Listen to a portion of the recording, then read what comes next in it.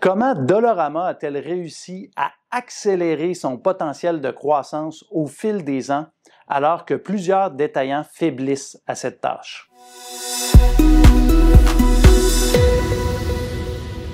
Bonjour, je m'appelle Pierre-Olivier Langevin, je suis gestionnaire de portefeuille chez Médici. Aujourd'hui, on veut vous parler d'une entreprise dans laquelle on a investi il y a plusieurs années, une entreprise qui nous a agréablement surpris et c'est Dollarama. Vous savez, Dollarama, il y a environ 8 ans, alors qu'on a fait un investissement, c'était une entreprise qui était centrée sur le Canada. Elle avait un peu plus d'1 millier de magasins et à ce moment-là, lorsqu'on a réalisé l'investissement, on se disait, bon, c'est bien, c'est une entreprise en croissance qui va bien, mais il peut juste y avoir un certain nombre de Dollarama au Canada. Le marché va être saturé éventuellement et donc, dans 5, 6, 7 ans, la croissance va devoir ralentir. Et on est resté dans cette idée-là, mais au fil des ans, les dirigeants de Dollarama ont fait vraiment un travail remarquable avec l'entreprise qui fait que même aujourd'hui, quand on regarde Dollarama, on se rend compte que le potentiel de croissance est même encore meilleur qu'il y a 5, 6, 7, 8 ans. La raison est simple, les dirigeants, ils ont vraiment bien géré le capital. D'abord, au Canada, le nombre de magasins qu'ils pensent ouvrir a augmenté significativement. Et la raison est simple, c'est qu'au fur et à mesure qu'ils ont introduit des items à 3, 4, 5 $, ils se sont rendus compte qu'ils ne sont plus un magasin de marchandises peu chères. Ils ne sont plus autant perçus comme ça par le public, mais plutôt comme un magasin de proximité, un peu comme un couche-tard, un dépanneur. Donc, les gens en veulent toujours avoir un Dollarama près d'eux pour aller acheter leurs biens courants. Et ça a été rendu possible à cause de l'introduction de ces items-là à prix plus élevé. Donc, on se mettait à entrer dans le magasin puis à avoir des marchandises qu'on voulait vraiment avoir plutôt que des trucs peu chers faits en Chine qui brisent très rapidement. Donc, la proposition valeur a changé, du moins dans la perception. Les autres éléments qui sont importants, c'est l'expansion à l'international. Dollarama a réalisé un investissement important dans Dollarcity.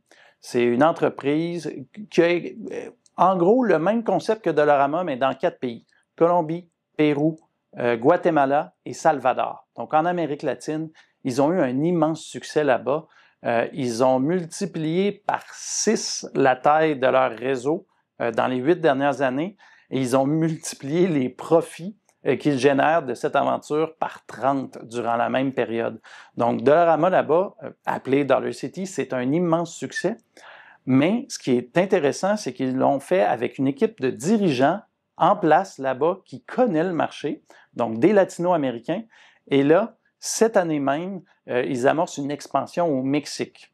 Le Mexique, c'est un pays qui est même plus populeux en termes de population et plus riche que les 4 autres pays où ils sont présentement présents. Donc, je répète, Colombie, Pérou, Guatemala et Salvador. Donc, le potentiel d'expansion en Amérique latine est très présent. Mais l'autre chose que les dirigeants ont fait, et d'ailleurs, c'est aujourd'hui même, au moment de tenir cette vidéo, Dollarama a annoncé la fermeture de cette transaction-là. Ils ont acquis une entreprise appelée The Reject Shop en Australie, donc oui, à l'autre bout du monde. Et là-bas, ils ont un réseau, ils viennent d'acquérir un réseau de presque 400 magasins en Australie. Évidemment, ils vont devoir modifier ce réseau-là afin de le rendre similaire à des Dollarama, mais en Australie. Et ce qui est intéressant là-bas, c'est que c'est une économie qui est quand même semblable à celle du Canada en termes de richesse et tout, de maturité, mais aussi qu'il n'y a pas de détaillants national, donc une portée nationale en Australie similaire à la proposition valeur de Dollarama. Donc, le terreau risque d'être très fertile pour une expansion intéressante au cours des prochaines années. Donc, tout compte fait, il y a 8 ans, on regardait le Canada exclusivement, puis on se disait, bon, ben, l'entreprise va probablement avoir 1800, 2000 magasins et ça va se finir là. Alors que maintenant, 8 ans plus tard, on regarde l'Amérique latine, l'Australie et le Canada, puis on peut facilement s'imaginer que Dollarama pourra avoir 4 500, peut-être même 5 000 magasins à maturité. Donc, ils ont repoussé la maturité à très loin en avant, ce qui fait en sorte que nous, comme investisseurs chez Médicis, quand on évalue la valeur de l'entreprise, mais ça, c'est comme un peu une mine d'or, de voir que du jour au lendemain, sur quelques années, le potentiel de croissance est beaucoup plus intéressant. Évidemment, le cours boursier de Dollarama le reflète.